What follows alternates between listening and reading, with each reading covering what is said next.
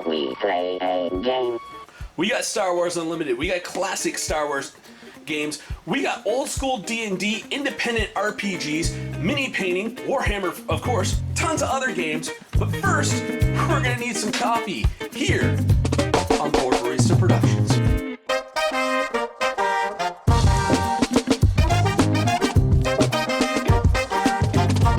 Hey everybody, and welcome to Retro Reviews, a review show where we go through my copious collection of RPG books and other paraphernalia one at a time. And to join in the Ramble Fest, we have Tanya. Hey. All right. Tonight we're continuing on our supplement books for the Star Wars role-playing game. Tonight we have the Death Star Technical Companion. This one is not a B. Dalton bookseller book. All right. I did not pay full price for this. I got this out of the bargain bin from a Mr. Paperback in Caribou, Maine, which was a small local, only existed in the state of Maine, had like 13 locations bookstore that, it died when everyone else realized, hey, Amazon's really great for buying books. So like a year before that happened, well, actually a couple of years before that happened, because I bought this in high school. They were clearancing out a bunch of their old books, and I was able to get this for like $3. So, yeah. Mr. Paperback in Farmington was open until about 2005. That's about when the Presque Isle one closed. Because I remember I was in college and I was going over to actually I was out of college and we were going. I think the one in Presque in Caribou stayed open into the 2010. I think maybe that's like it was one of the last ones. I think it was like one of the last ones to close. Because I remember I was going there just to pick up copies of Analog and Asimov's science fiction, the pulp newsprint books, the magazines with short stories. I was picking up copies of those and getting my hair cut at the beauty school, while my mom would be like going to Save-A-Lot to go buy like an entire car full of groceries because she could save like 10 cents an item.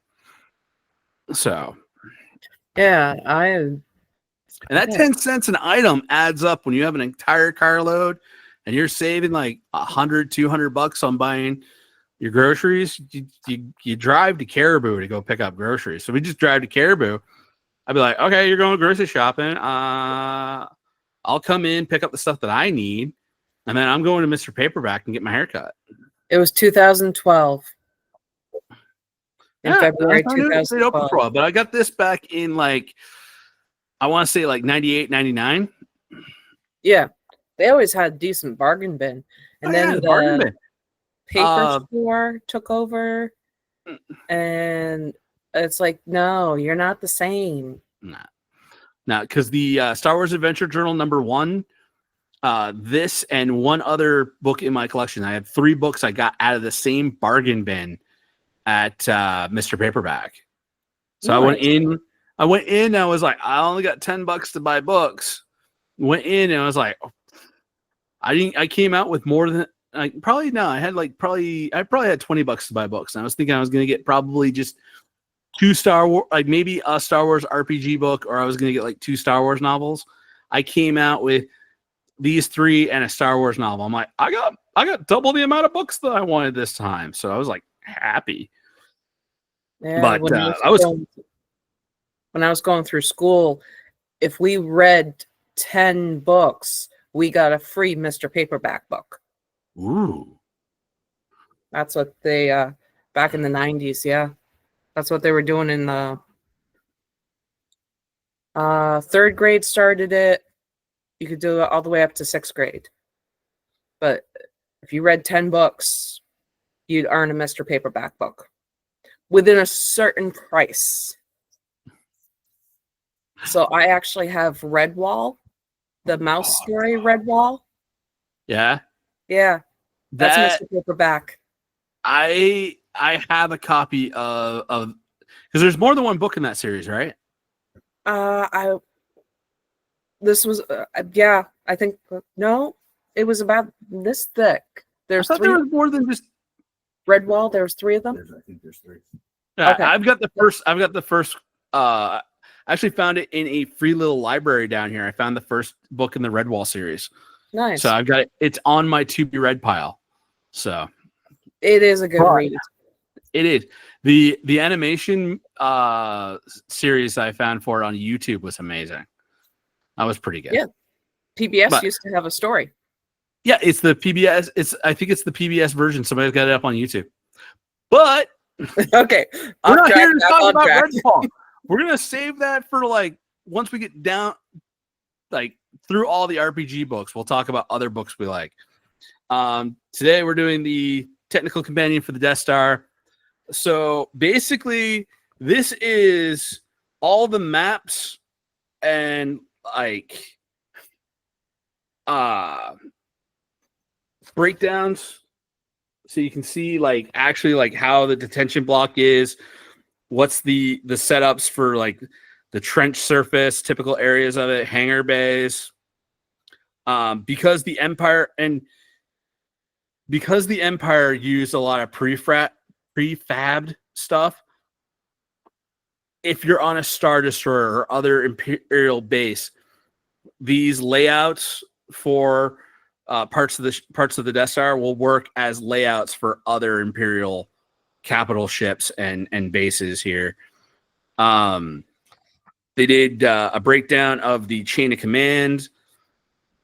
There's the stats on like how many people were actually how many stormtroopers were there, how many Imperial officers were there. There's like a whole, you can sit there and do the math to find out actually how many people Luke Skywalker killed when he blew up the first Death Star. He got like technical breakdowns of what the inside of a turbo laser tower looks like.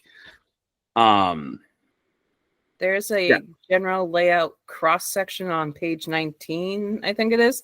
It reminds me of a razor head.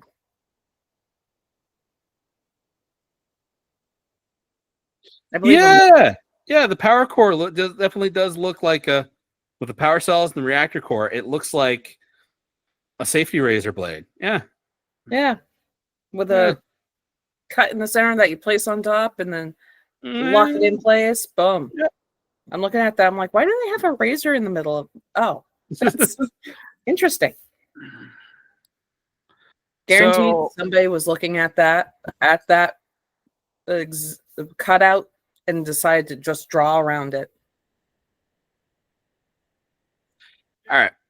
So I just got to read my notes. Didn't like Death Stars were blown up, but heck, even West End Games was like, there could be more. So yeah, even in 1991, the lazy Disney idea of Star Killer Base was real. Okay. The extended universe, we actually had 2 more Death Stars that showed up in the novels.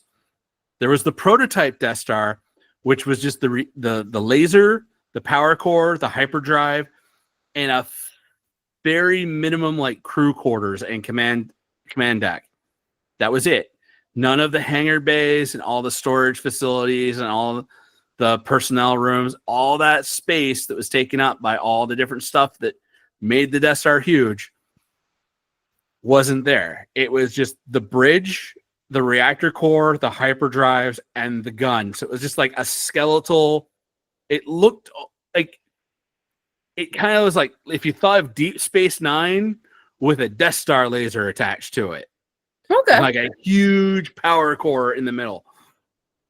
And the other one was the Darksaber, which was designed where they just basically took that idea of like, we just need the power core, a crew for the ship, a hyperdrive, and the beam. And they just decided to be like, instead of making it a sphere, we're just going to put the beam on one end. We're going to put the drives on the bottom, have the big power core in the center, and put like the bridge crew somewhere on the middle here. And they made a Death Star that was shaped like a lightsaber, and they called it, that was the original Darksaber. Nice. It was basically before there was the Darksaber of the Mandalorian and the Mandalore, there was the Death Star size lightsaber.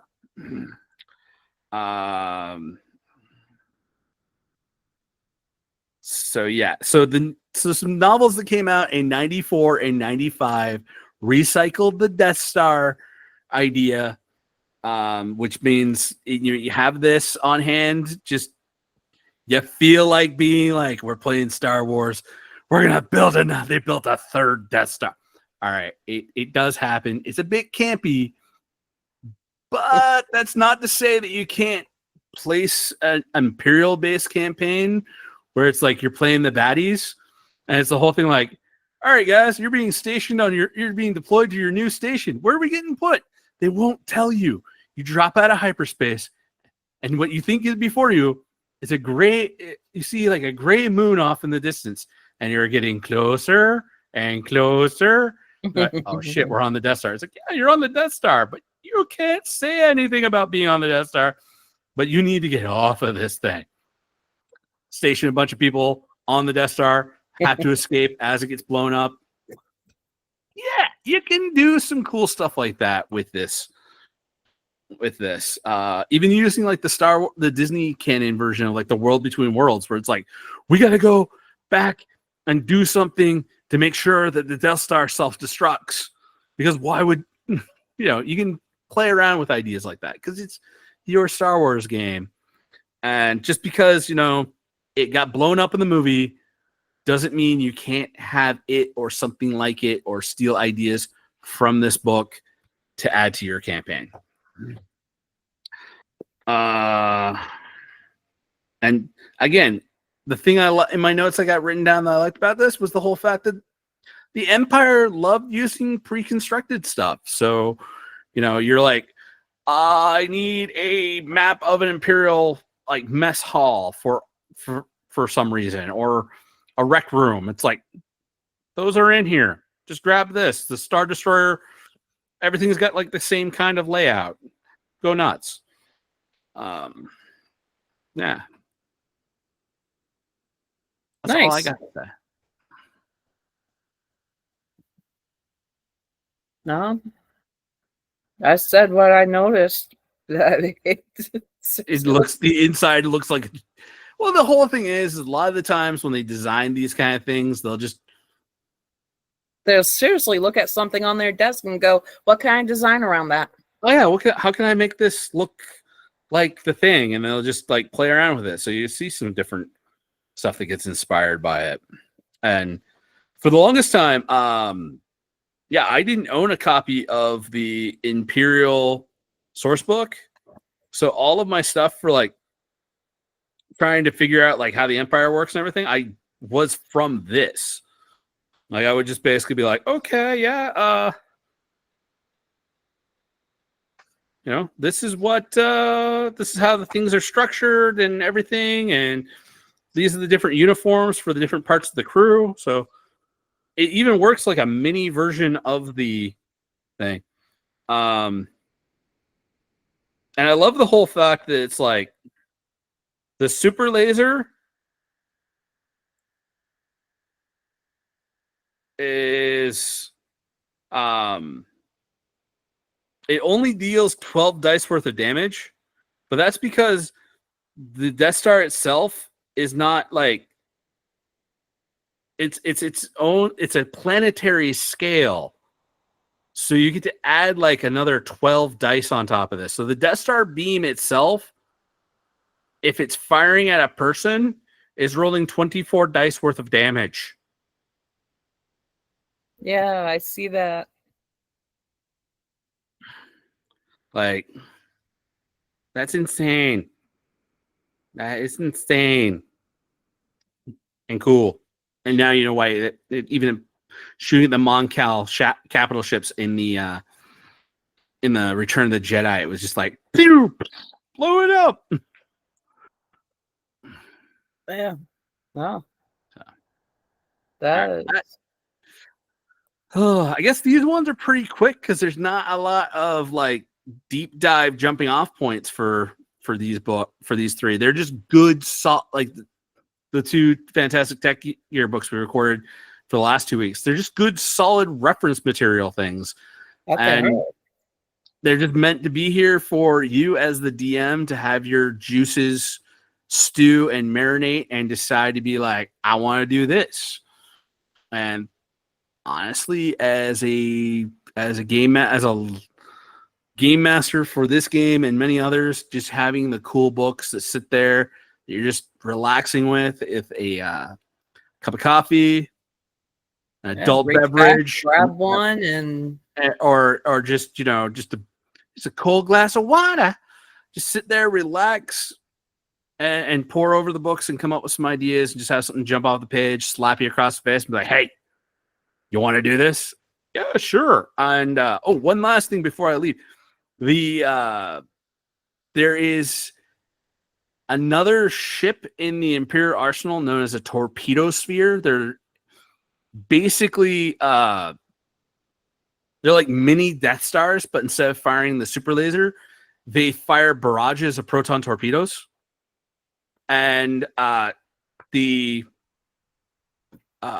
their references say to actually use this book and certain stuff when you're like if you're so in the Lords of the Expanse box set, which we'll talk about later, there's a campaign where you go to disable one of these proton torpedo spheres. Okay. And it actually is to save money. They said, yeah, go get a copy of the Death Star technical manual because you'll need that for running this campaign. And I'm like, cheapskates. All right, but that makes it useful because it's the whole thing of everything in the Empire is prefabbed. I'm repeating myself, so it's time for me to say peace. Peace. Hey everybody, thanks for staying till the end of the episode. Remember to like, share, subscribe. Follow us on Facebook at Board Barista Productions. And if you want to support us, Patreon link at the bottom.